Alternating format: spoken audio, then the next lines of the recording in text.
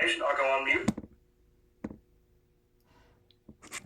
Well, welcome to our Publishing Pusher podcast.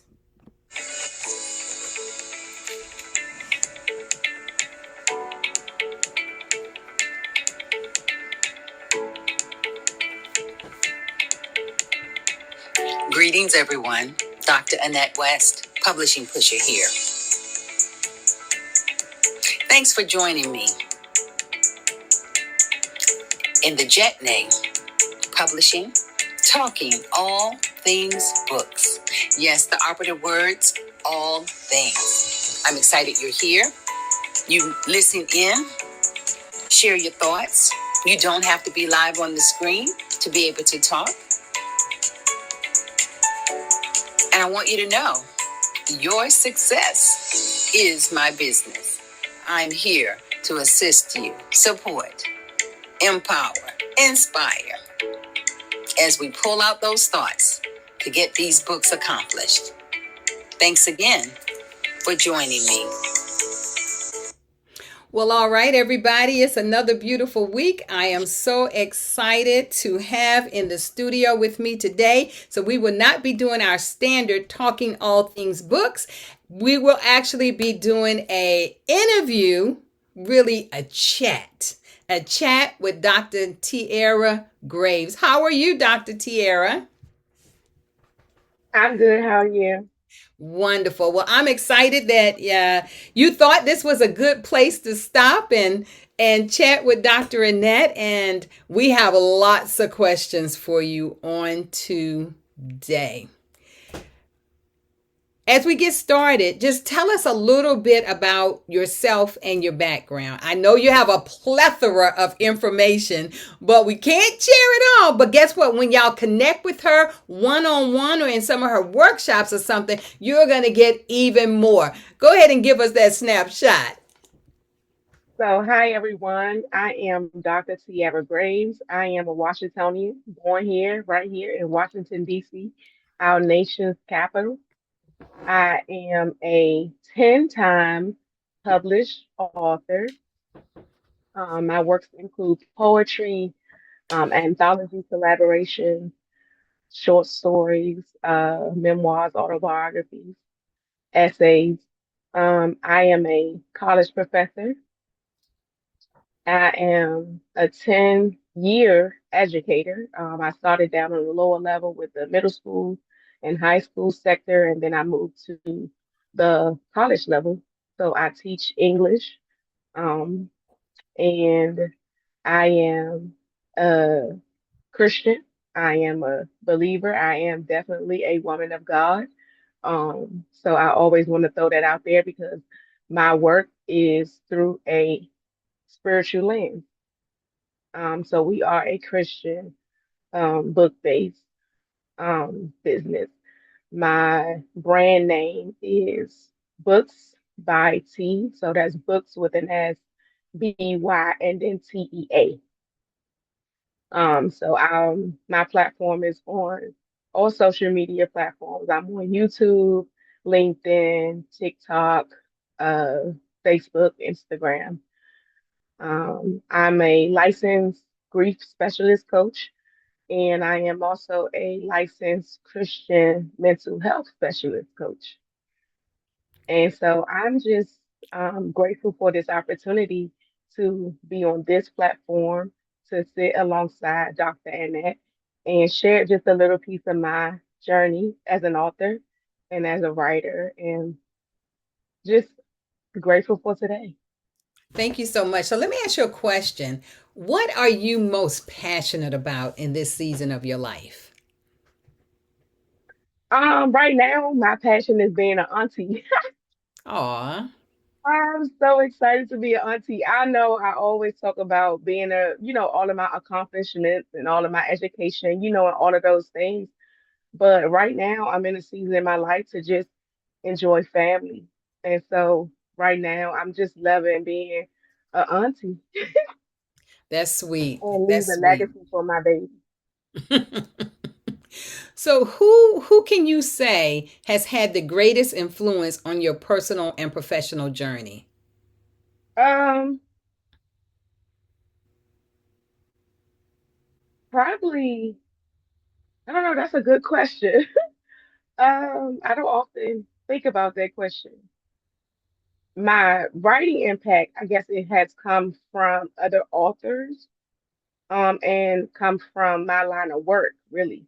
Because being an English teacher, I study English. Like that's what I do. So I read a lot. I've, dive into a lot of different authors. And so I always say for you to be an expert at what you do, you have to study those who have come before you, who have already done the same work. So, people like Maya Angelou, Emily Dickinson, Paul Lawrence Dunbar, all of these are people who I would have the honor of teaching their work to my students. And now I can teach my students my work because it's we all out here doing, the same thing. And so I always say that I'm able to take my purpose and my passion and blend it together because how many people can say that they actually work in a field where they can use their own work in that field? So, being in the classroom, I'm able to not just highlight other people's work throughout history, but I'm able to bring my own work into the classroom as well. So That's That good. I hope that answered the question. No, that's good though. That I mean, when you think about it, to be able to like, I'm in the legacy too. Everybody, I got something. I have something to share. So you wrote a book called the one we're going to talk a little bit about today. Breathe again. Breathe again. Mhm. What inspired you to write this particular book? So this book is a true story. I Okay. often don't write work about myself, but I've written a lot of books, and like I said, most of them are poetry. This one is not a poetry book. This one is a story. So it's I guess you could say it's kind of a short memoir, or um, it's a. But I also have three other people who shared their story alongside of mine in the book. Although this is not a anthology, it's just they featured in the book. But this book came about because of a near-death experience that I had 2 years ago with double pneumonia. And so while I was in the hospital and while I was going through everything in ICU and fighting for my life and not being able to breathe and just struggling to be able to just say that I survived it. And it was moments where I did not think I would survive it. And what God showed me was breathe again. And whatever that looks like for anybody, whether it's getting through a health challenge, getting through grief, getting through depression, getting through the loss of a job, divorce, or whatever. We all go through different things in our life. And we all can say that we probably had one of those moments that sucked the life out of us, literally and physically. And so God just reminded me to slow down, pause, and just breathe again. And whatever opportunity he gives me, wherever place he plants my feet next, it's okay to pause. It's okay to have challenges and have struggles. We all go through that. Like there's no way around all of that. Like that's part of life. Yes. But it's how we deal with it and how we overcome it. And I feel like um what God has done with me through all of my work is to be a testimony for somebody else. And That's so good. if God did it for me, then he can do it for you. And he don't have a respect of a person. And so that was really the drive for this book. And then being able to have other people who had a shared experience also share what pneumonia was for them. So I didn't want it to just be my perspective, even though it's my book.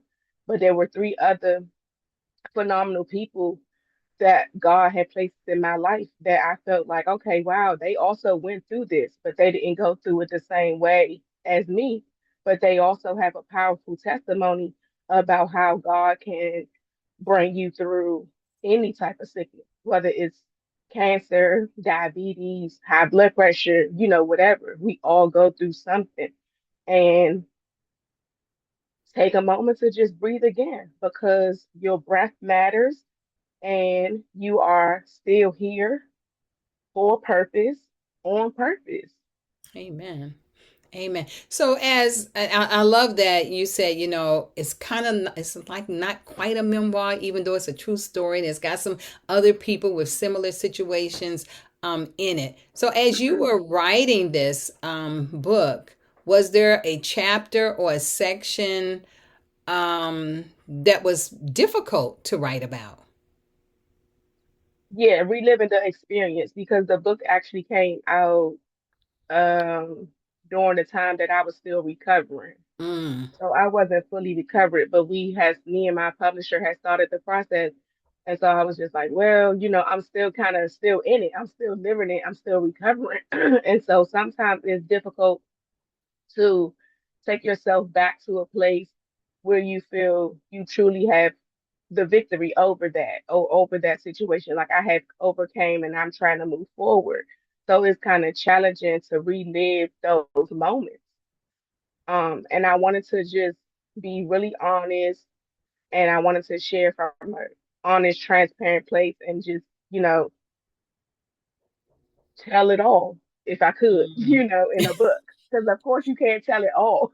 But We have learned that, right? You got to stop yeah, at some point. yeah, right. You gotta stop at some point. But it's really I think it's a really powerful book. I think it really shines a light on a disease that many people probably heard of or maybe aware of, but may not know the severity of it. And so I also was able to have a medical perspective put in the book. So again, having my story, three other stories, the medical perspective, we did a medical terminology glossary. So just having different parts of the book because I really wanted it to not just people just say, "Oh wow, I can't believe she went through that," but I wanted them to understand and be educated on what it truly is and what it can really do to an individual who has it. And so the three other women that's in the book, they only had pneumonia in one lung, but I had it in both.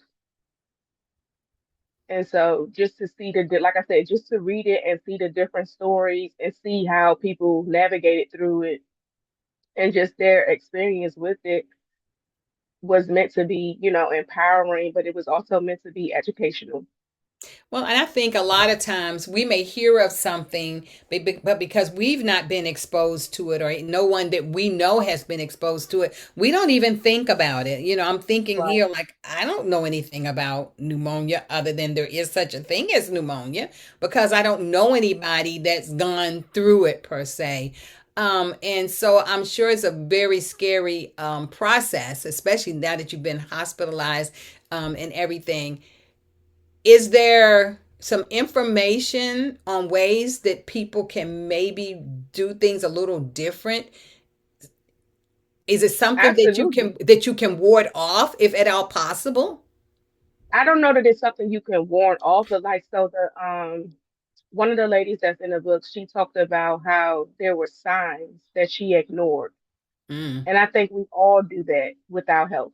It's like, oh, I feel, fatigue, or maybe you have a cough. Like, as you know, as soon as I got on, I'm still coughing, right? Because that's one of the lingering things. Like, any type of respiratory thing that you have, like, you still have a lingering, annoying cough that, just doesn't want to separate itself from you.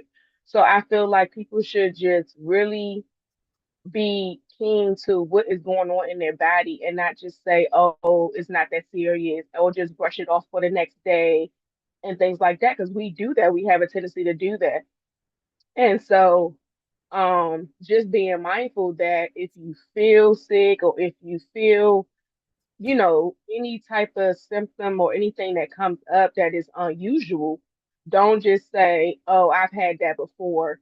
Oh, it's not that serious, because that was my take on it. Because again, I wasn't really educated about what pneumonia was either, because I suffer with allergies really bad. So I just assumed that it was just Mm, another allergy attack, or that it was a sinus infection, or it was, all of these things that I've had in the past. Like, oh, I've had the flu, I've had, all of these things before, but it never dawned on me that it was pneumonia.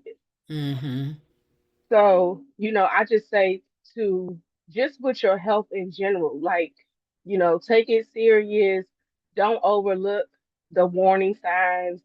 Don't overlook, if it's a cough, if it's a sneeze, whatever it is, don't just say, oh, I felt that before, because you probably have, but we don't always know what's going on in our body. Mm. And so we should always seek medical attention if we feel that it's something different. That's good. That's good. So what does success mean to you today compared to 10 years ago? 10 years ago. Oh, wow. Well, success now is being able to wake up every day and know that I am walking in my purpose, and that I'm fulfilling my purpose, and that is just what brings me joy out of life. Like, it truly brings me joy. 10 years ago, I didn't even have no idea of the concept of success. I don't even think I was nowhere near success, if I'm honest. But having lived a little bit and having matured, and having walked through some things, I always say with any success, it's whatever you make it, right? So you have to be hardworking, you have to be determined, you have to stay with whatever that dream is. You can't just, say, okay, today I want to do this, and then in a week you're not interested anymore. Like, Mm. success comes with true victories and failures. Like, it truly does. It comes with ups and downs. It comes with being able to write the vision, like it says in the Bible, write the vision and make it plain. But if you don't ever write a vision, you don't know what you're looking forward to, right? So success is always something that I'm looking forward to. You can have successful moments, you can have success in different arenas in your life, but I feel like success is always evolving, because as long as you're alive and able to put in the work, then the success will continue to evolve and grow in whatever that Mm. arena is for that individual. Mm. That's But it good. also, like I said, it comes with maturity for sure. It comes with Mm. life lessons. Life lessons, right, right. So I'm sure that you've had some seasons of waiting. How did you maneuver through those to stay focused, purposed, and encouraged? Um, because I mean, literally, like everything for my life is faith based. Like, that's how I operate. And the Bible teaches us, "He that wait on the Lord shall renew their strength." And I had to wait 2 years ago. Like, I don't even have to look that far back, because 2 years ago when I got sick, it wasn't even about um success or anything like that, or what I was doing. I had a job, I was still in my job. My job was so gracious to allow me time to recover, and I'm grateful for that. But in the waiting, or of trying to recover, in the waiting of wanting to be whole again, or in the waiting of um wanting my life to be what it was before the sickness, Mm-hmm. right? Wanting to trying to figure out, and then I'm trying to understand what is my life going to look like after the sickness, because it was a Mm-hmm. long process, and there was a lot of, literally, I had to wait, because like I had to. wait on not being able to do for myself. And I share a lot of this in the book, being able to have other people have to do for me because I'm not able to, um, you know, things that we take for granted, like Mm, getting up and walking, that like, oh, we just jump up and just move. But when you're not able to do that, it puts mm, things in a different perspective. And you have to be patient in the waiting of being healed. mm, And you don't know when, like, I had no um like time frame, I guess you could say, on when the healing was going to take place. But I just had to wait and trust God, like, okay, God is going to heal me, God is going to renew me, God is going to restore me. And I'm saying all of these things, and day by day by day, it's like every day looks the same and nothing is changing. And I'm like, well, okay, God is going to heal me, God is going to renew me, God is going to restore me. Like, what? It is not happening as quickly as I want in my timeline, right? mm-hmm. But I just had to just sit back and go through it. And I think that's the hardest thing with anything in life. The hardest part is not really in the waiting. It's in the going through it while you wait, because Yeah. that's a whole nother level of I don't know, it's a fight. It's an inner fight, really. It's an inner fight, it's a mental fight. And it takes reminding yourself that better days are ahead, even if Mm, I can't see it today, you know. mm-hmm. That's good. And I was thinking, as I'm listening to you talk, there's like a word that you keep saying. So I am thinking that for you, um, God is teaching you to wait, to be patient, to wait in each Absolutely. season, because that's what I've heard flow from you as you have been speaking. And I know sometimes when we're waiting, we have to focus and make sure that we are accomplishing tasks so that we don't get off focus to the purpose that the Lord has for us. And so I want to move back into the author and the entrepreneur insights for your journey. Um, why did you choose to become an author, or did you choose it? That's good. Yeah. Did I choose and why? Yeah. Did I choose? Did I choose indirectly? Did I choose? Probably not. No, I don't think I actually chose to be an author. I wouldn't say I chose it. Um, but how it started. So I published my first book back in 2020, and what led me to do that was, like I said, just after years and years of um failures and success, ups and downs, struggles, all of that. And so I had gotten to this place of healing and I said, okay, well, now it's time. Mm, And that's it, like me publishing anything is ultimately is God's time. And because I don't release a book until God tells me to, and I don't release anything that He has not already told me to release. Because I only can write when He gives it to me. And so I had a 10 plus years of dealing with mental illness and mental health challenges, dealing with, grief, just dealing with a lot of things that had gone for so many years unspoken about. mm-hmm. And I feel like my trauma is what led to my transformation, which led to the testimony that you see in the books. So did I Yes. really choose it?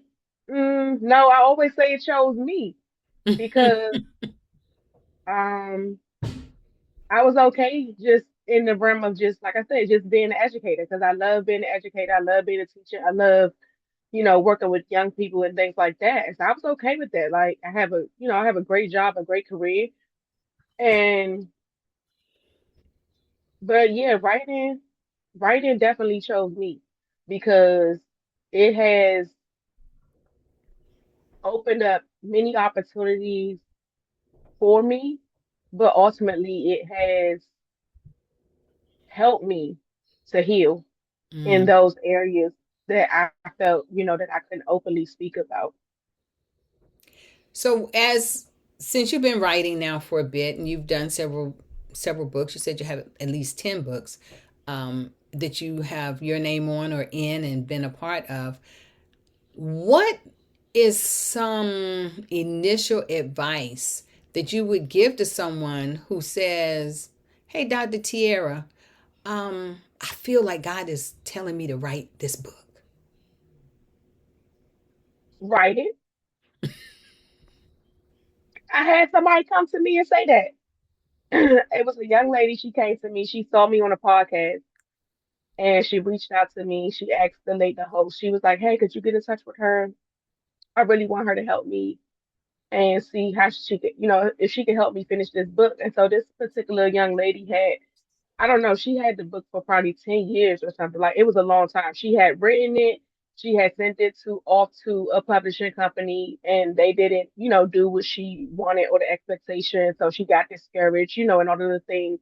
So she set it down, walked away from it. But she said she heard me on the platform on the podcast and was like, okay, this is gotta be God telling me that I have to just write it. Like I have to do it. Like this is the time to do it. And that's what I tell anybody. Like if God has given you anything to do, whether it's writing, whether it's coaching, whether it's a business, Mm-hmm. just do it. Like Nike said, just do it. Because I truly believe that if God brought you to it, He'll bring you through it. And a lot of times we don't start whatever we want to start because we're thinking about, oh, I don't have the money for that, or I don't have time for that. Like we always find a reason why we can't do it. But Mm-hmm. if God really put something in your heart to do, this is the season to do it. That's good. 'Cause And every time I wrote something, I was like, wait, you want me to write what? I mean, I I literally had those types of conversations with God. I'd be like, God, I'm not writing that. And Tiara, just do it. And so that's really the truth. Like all of my books that I've done is amazing to me. I go back and look at my own journey mm-hmm. and see my own growth as a writer. Like where I started in 2020 to where I am now is I mean, I look, I'm an educator with an English degree, and I can't even find the words most of the time. Like really, you know, it's not. It's it's really humbling to see, like, wow, God really used me. Like He used me to do that. Mm-hmm. Like, wow, just me, really? I'm always shocked, really, like shocked. My publisher says the same thing because like she see where I started, and was everything perfect in the first book that we did? No, but with everything, it's a learning experience. And it's okay if we didn't do that in the first book and you write another one, okay, this is areas where you can improve. Right. That's how I operate the same way that I teach my students. That's the whole point of really being a writer. It's a Mm-hmm. process. So if you did something one time and it didn't meet your expectations and you feel like, oh no, I could have done better. Like, okay, you probably could have done better. Just think about yourself as a student, right? And I learned a lot. Like I learned a lot about writing by writing.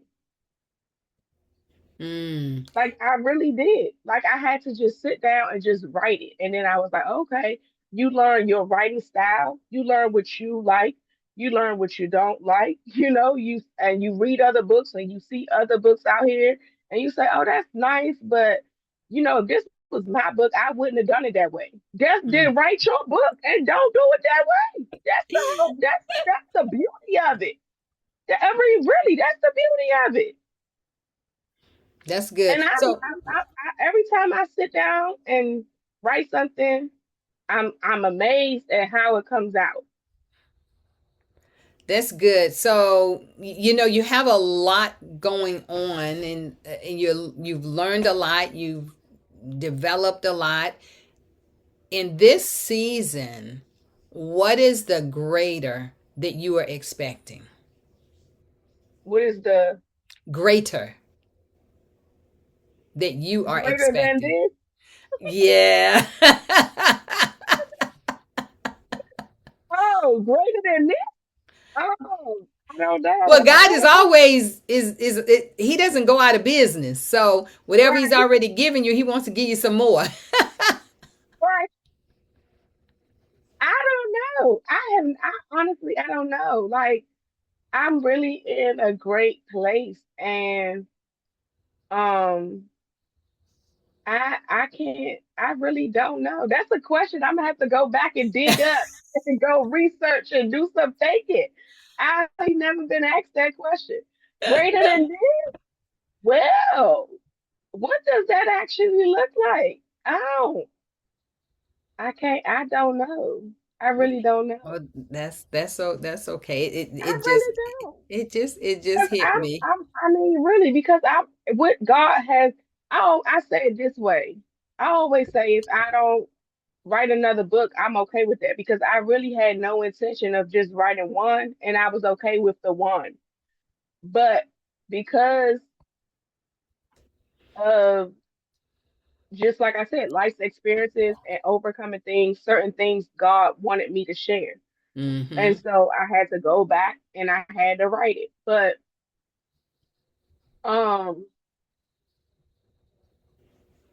it's already great for me. Like it truly is. I'm not caught up in book sales. I'm not caught up in, a lot of the things that could make an author feel um discouraged. I'm Mm-hmm. not caught up in all of that because I did what I was told. God asked me to write it. So I did that. My purpose in what God purposed me to do has already been fulfilled. Now, Mm. whatever else comes behind that is just an added, like they say at work, it's an added bonus.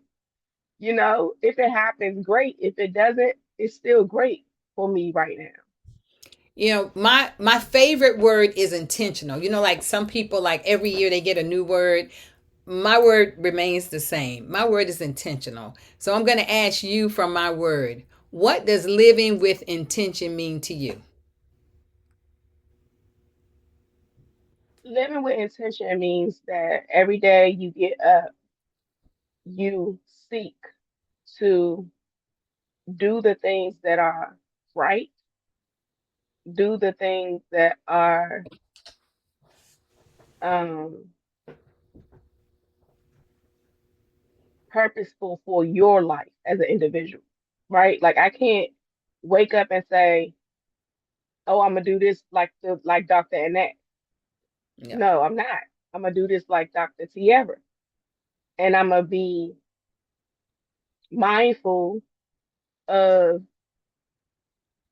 what my purpose is, Mm-hmm. and not try to overstep into somebody else's lane. Like, don't try to be something or someone that you're not.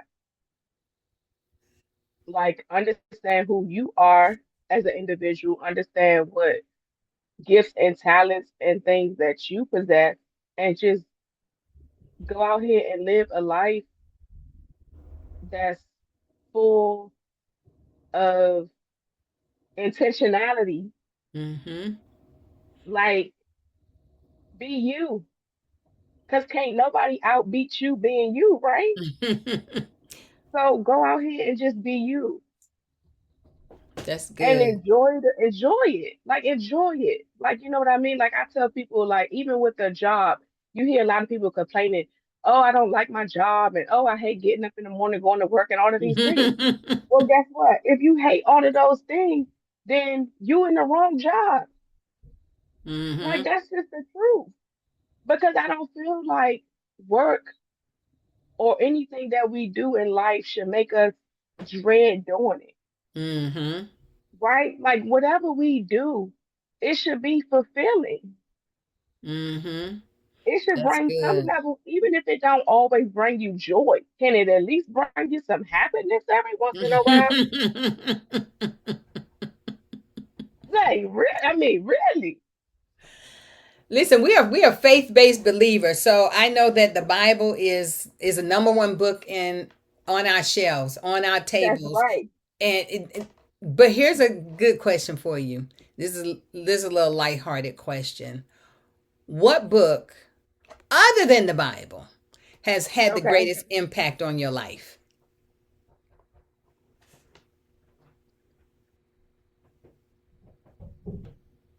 What? Oh, now that's a good. I've read It's just so a fun much. question. Because I've read so much. Like I've read so many. I mean, I've read so many books. I've read self-help books. I've read just books, and I teach. Like um, Like a favorite book of mine from way back in the day is Who Moved My Cheese?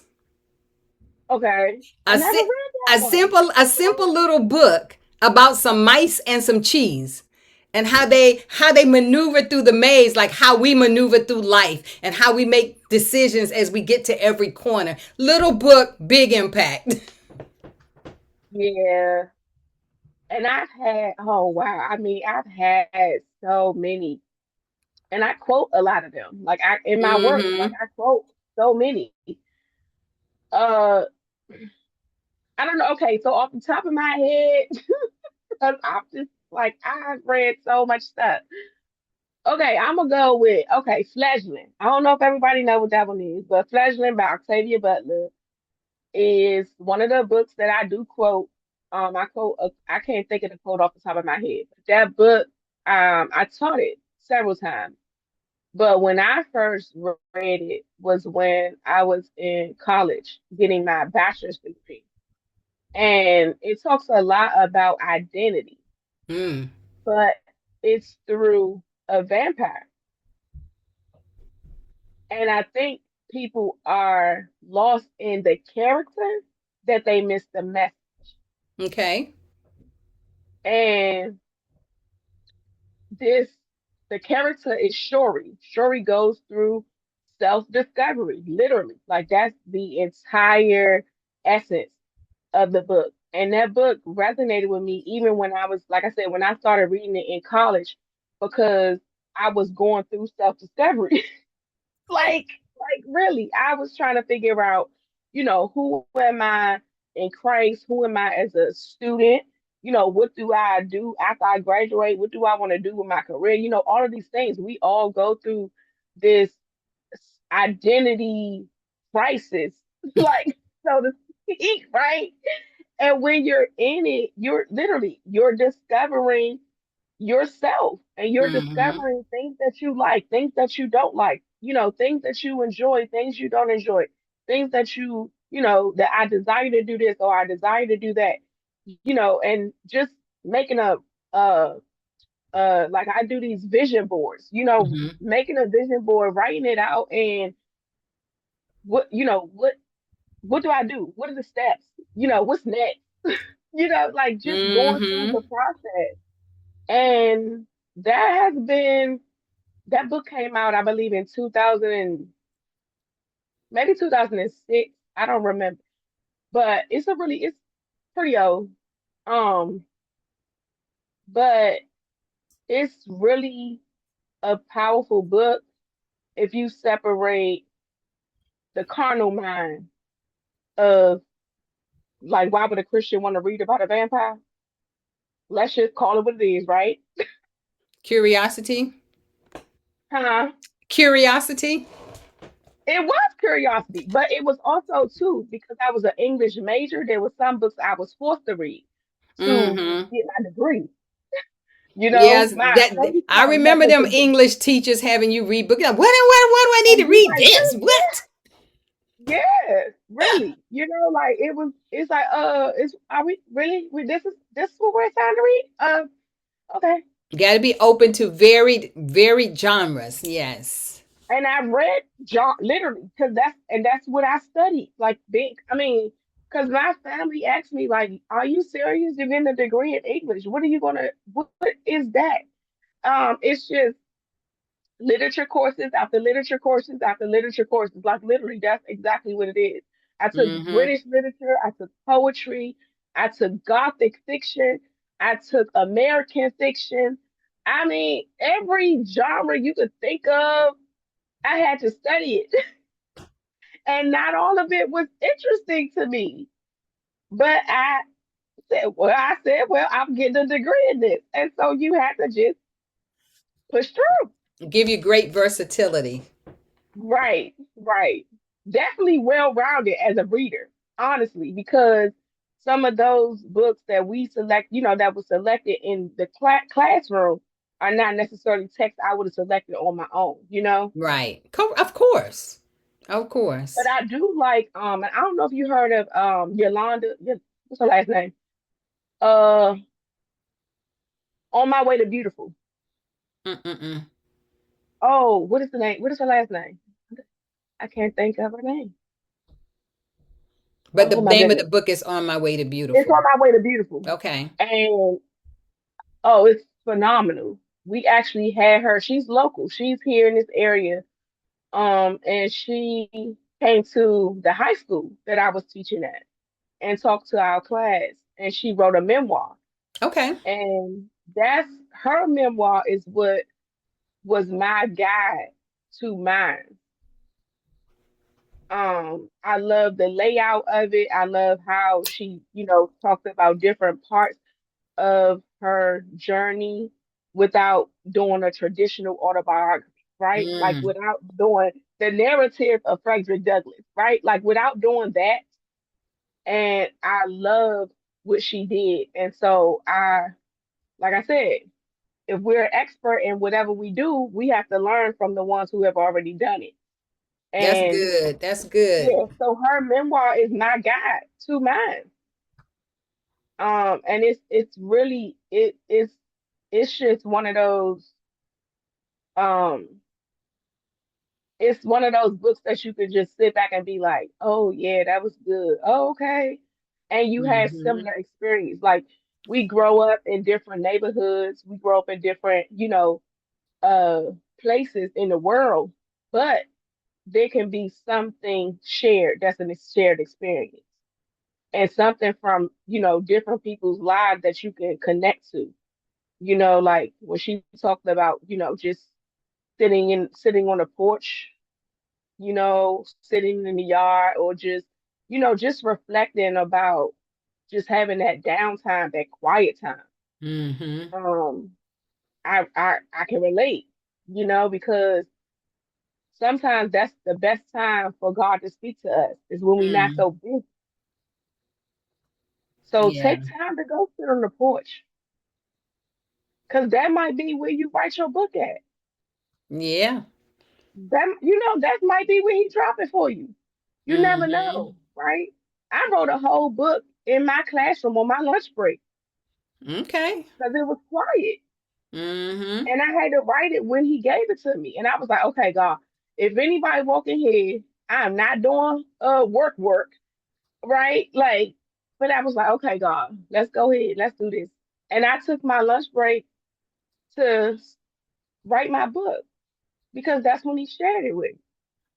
That's well, and being in tune to the spirit is very important for us. So you've done so many great things. I know you're excited about the new is it did you say niece or nephew? I have two nieces. Yes, I have a Okay. 5 year old and a 2 month old almost. Okay. So the love and the joy of your nieces. But what is next for you in ensuring that your legacy goes forward?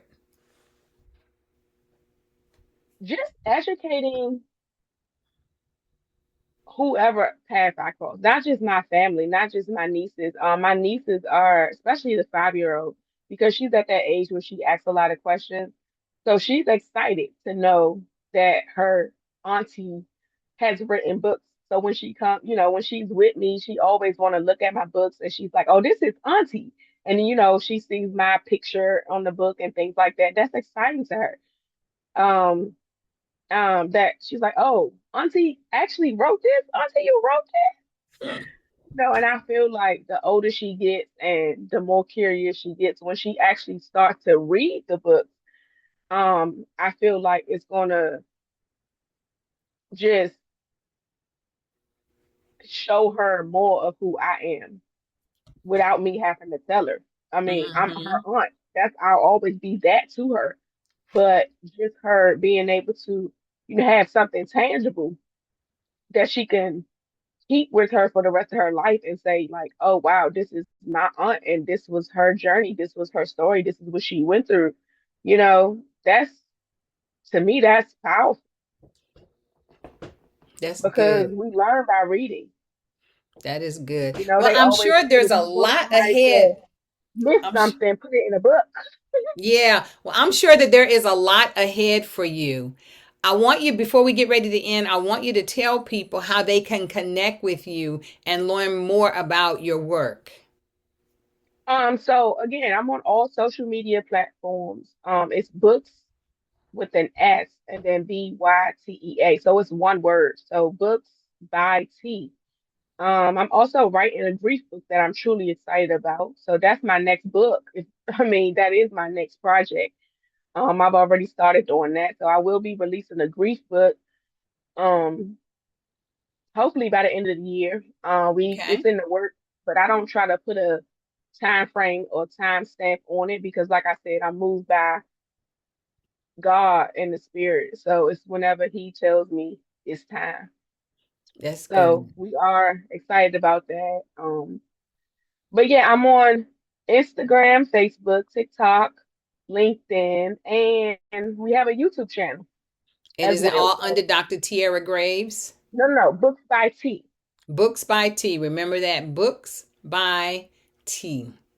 It's Books by T. So books with an S. So BOOKSBY and then TEA, one word.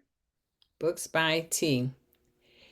So, what would be a final word of encouragement that you would like to leave with the listeners today?